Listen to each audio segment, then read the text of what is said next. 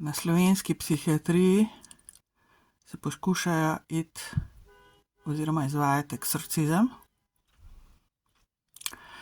kar je edino pravilno, samo narobe se potem poimenuje, vi sami sebe imenujete, ne. Ampak druga stvar je, ki je bolj pomembna, je, da ga vi tudi potrebujete, se pravi eksorcizem. Ali ste pa sami, a ne? Ali ste pa sami to? Saj veste, saj vemo, o čem govorim, a ne? Ja, tako to gre. Tule v Sloveniji se vse nekaj narobe imenuje. Vsako stvar je treba nekako drugače preimenovati, da se točno ve, za kaj se gre. Tudi glede tega, kaj meni delate, a ne? Že 35 let in več.